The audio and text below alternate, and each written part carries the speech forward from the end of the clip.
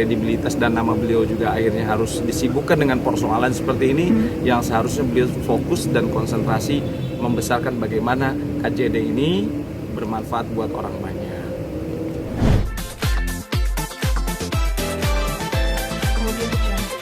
Mereka turut tergugat, namun si pihak penggugat tidak tahu alamatnya mereka.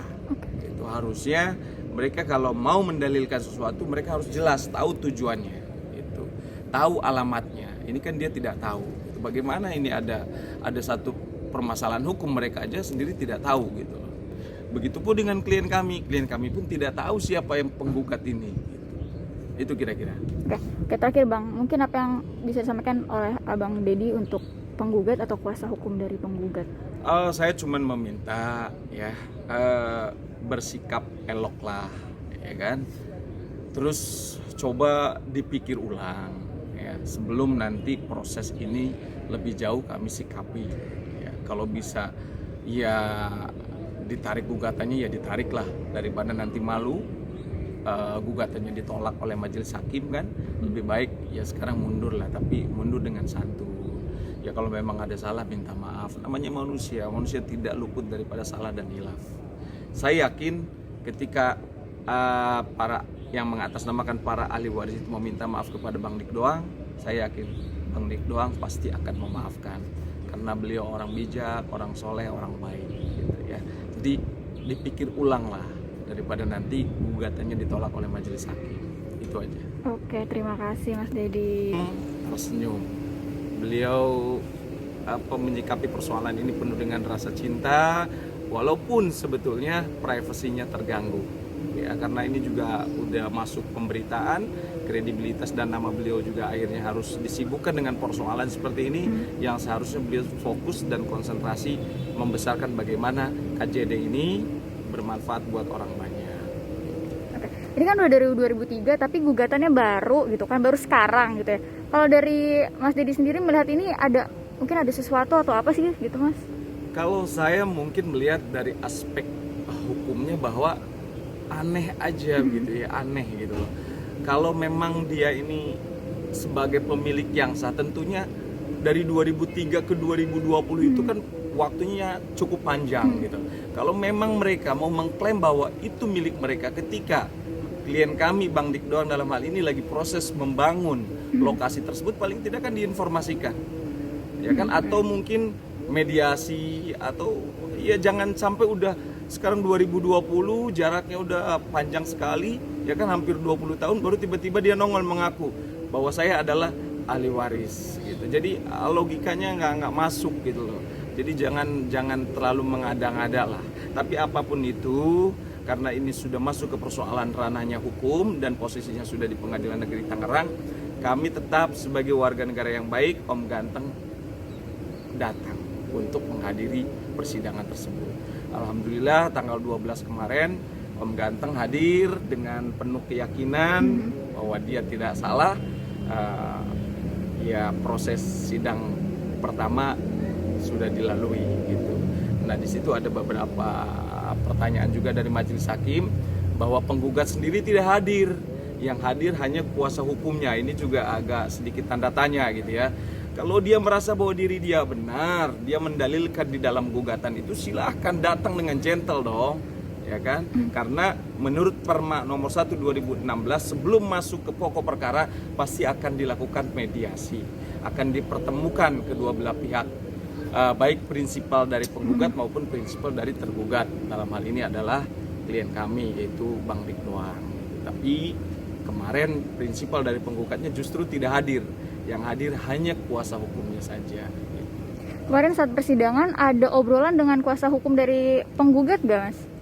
Kita kemarin cuma mengecek aja apa legal standing daripada para pengacaranya, apakah memang mereka terdaftar sebagai lawyer atau apa, karena kan sebelum kita mendaftar sebagai lawyer atau apa, karena kan sebelum kita menerima kuasa kan kita harus jeli dan teliti ya, itu sebelum menandatangani kuasa. Tapi apapun itu semua kita kembalikan kepada majelis hakim.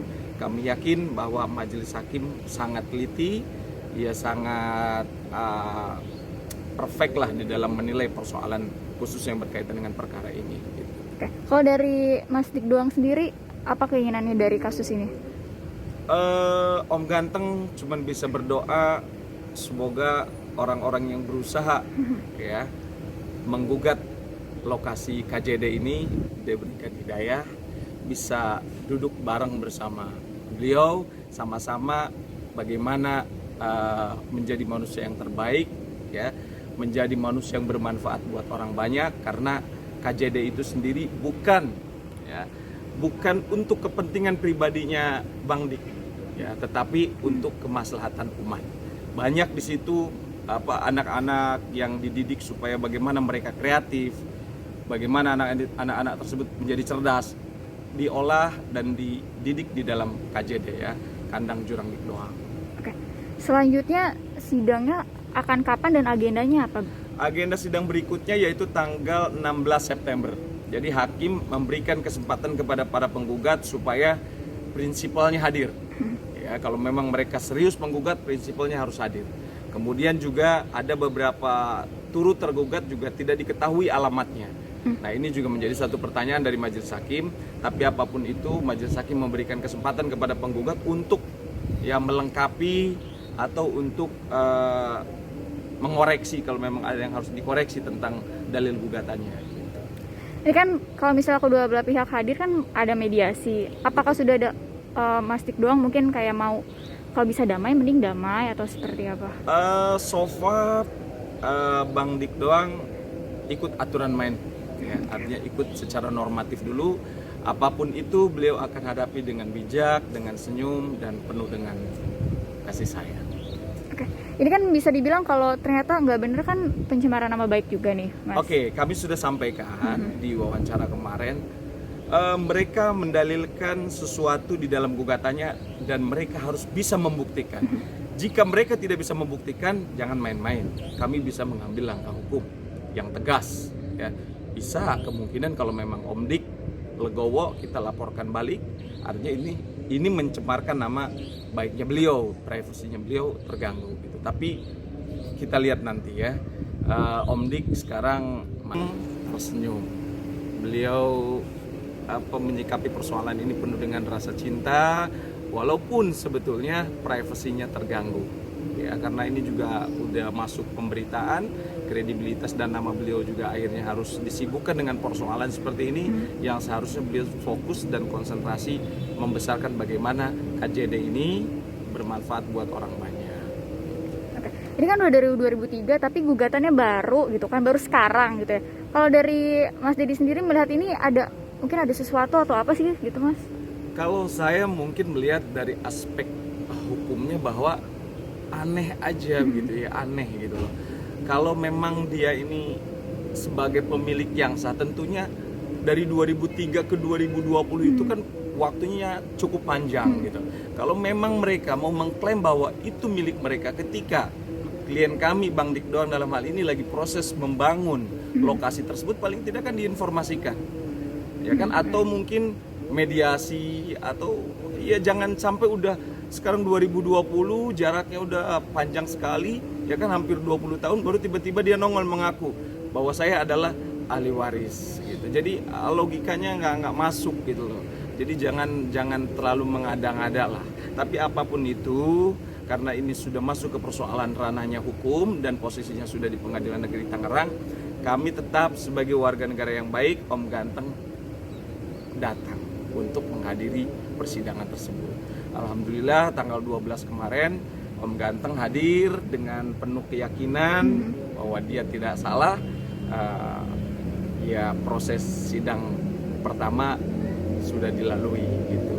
Nah, di situ ada beberapa pertanyaan juga dari majelis hakim bahwa penggugat sendiri tidak hadir. Yang hadir hanya kuasa hukumnya. Ini juga agak sedikit tanda tanya gitu ya. Kalau dia merasa bahwa diri dia benar, dia mendalilkan di dalam gugatan itu, silahkan datang dengan gentle dong, ya kan? Karena menurut Perma nomor 1 2016 sebelum masuk ke pokok perkara pasti akan dilakukan mediasi, akan dipertemukan kedua belah pihak, baik prinsipal dari penggugat maupun prinsipal dari tergugat. Dalam hal ini adalah klien kami yaitu Bang Dik Doang. Tapi kemarin prinsipal dari penggugatnya justru tidak hadir. Yang hadir hanya kuasa hukumnya saja gitu. Kemarin saat persidangan ada obrolan dengan kuasa hukum dari penggugat gak, Mas? Kita kemarin cuman mengecek aja apa legal standing daripada para pengacaranya, apakah memang mereka terdaftar sebagai lawyer atau apa, karena kan sebelum kita menerima. Jadi ini ada gugatan tentang rumahnya Mas Dik Doang. Bisa diceritain gak sih, Mas, kronologi awalnya sampai adanya gugatan ini? Oke, jujur ini juga pertama kali buat klien saya, Om Ganteng, Bang Dik Doang, apa menerima gugatan ya gitu, karena memang kandang jurang Dik Doang ini kan sudah 20 tahun ya beliau bangun untuk kemaslahatan umat. Tiba-tiba sekarang sudah running well ya, tidak ada angin, tidak ada cuaca, kok tiba-tiba ada orang mengatasnamakan ahli waris dari Bapak Madikenin ya kan. Nah, secara klien kita Om Ganteng tidak tahu siapa itu Madikenin ataupun para ahli warisnya. Karena klien kami membeli lokasi KJD itu ya kan, itu dari tahun 2003. Dari 4 orang ya. Yang pertama itu kalau nggak salah dari Ade Luis. Ya, itu kurang lebih 600 meter. Yang kedua dari Bapak Edward Palandeng, itu 615 meter. Kemudian dari OE Sri Mulyani dan dari Arawita, jadi totalnya hampir 2000 meter.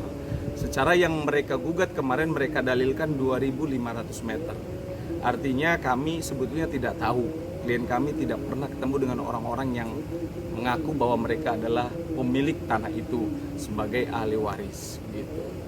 Oke, ini kan belinya udah dari 2003. Nah, terus adanya gugatan ini, mereka kan mengaku itu emang punya mereka gitu ya. Nah, kalau dari yang orang-orang yang menjual ke Mas Dik Doang sendiri, udah ada obrolan belum sih mengenai tanah ini sendiri seperti apa? Dulu mereka kan juga membeli dari tangan orang lain gitu ya. Namun dalam konteks ini klien kami hanya berhubungan dengan para penjual saja ya kan, dan itu mereka punya bukti kepemilikan yang sah gitu. Tanpa bukti kepemilikan yang sah nggak mungkin klien kami juga mau membeli kepada orang-orang yang saya sebutkan tadi gitu. Artinya ini sudah jelas, dan saat ini kami memiliki dokumen-dokumen apa seperti sertifikat, HJB dan lain-lainnya, itu kami miliki. Artinya klien kami sekarang pegangannya itu gitu. Siapapun yang mungkin mengaku ya silakan saja ya kan, tapi ya jangan main-main lah gitu ya. Ya jangan mencoba-coba lah gitu kan, mentang-mentang apa Bang Dik Doang ini sudah hijrah, sudah totalitas, kok mau bermain-main gitu. Walaupun demikian tetap Om Ganteng tersenyum. Beliau